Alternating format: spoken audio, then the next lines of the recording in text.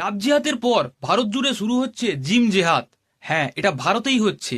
ভারতের উত্তরপ্রদেশ রাজ্যের মির্জাপুর জেলায়, যেখানে একটি জিম কেন্দ্রের আড়ালে চলছে এখন ধর্মান্তরিতকরণ। টার্গেট হিন্দু মেয়েরা।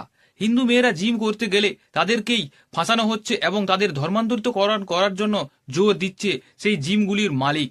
জিমগুলির মালিক হচ্ছেন শেখ শাহ আলম, জাহির ও সাবাত, এইরকম মোট 5 জন মুসলিম যুবক।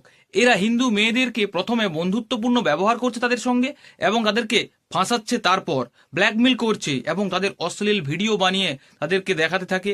যদি তারা ধর্মান্তরিতকরণ না করে, অর্থাৎ তাদের বোরখা পড়তে জোর দিচ্ছে, নামাজ পড়তে বলছে, কালমা শিখতে বলছে, যদি এগুলো না করে তাহলে এই অশ্লীল ভিডিওগুলো তারা সোশ্যাল মিডিয়ায় ফাঁস করে দেওয়ার ভয় দেখাচ্ছে।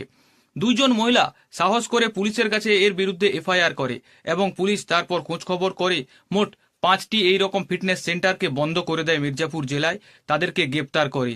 এবার ভাবুন, এই সমস্ত যদি এখনো চলতে থাকে, কিছুদিন আগে ছাঙ্গুর বাবা, আবার এদের চলছে এখন জিম জেহাদ। যদি এইভাবে আরো কত জিম সেন্টার আছে তার ঠিক নেই। যদি চলতে থাকে তাহলে কি হবে? এদের কি শাস্তি দেওয়া উচিত, না এমনি পুলিশ গ্রেপ্তার করেছে ছেড়ে দেওয়া উচিত? কি মনে হয় আপনাদের? কমেন্ট করে জানাবেন।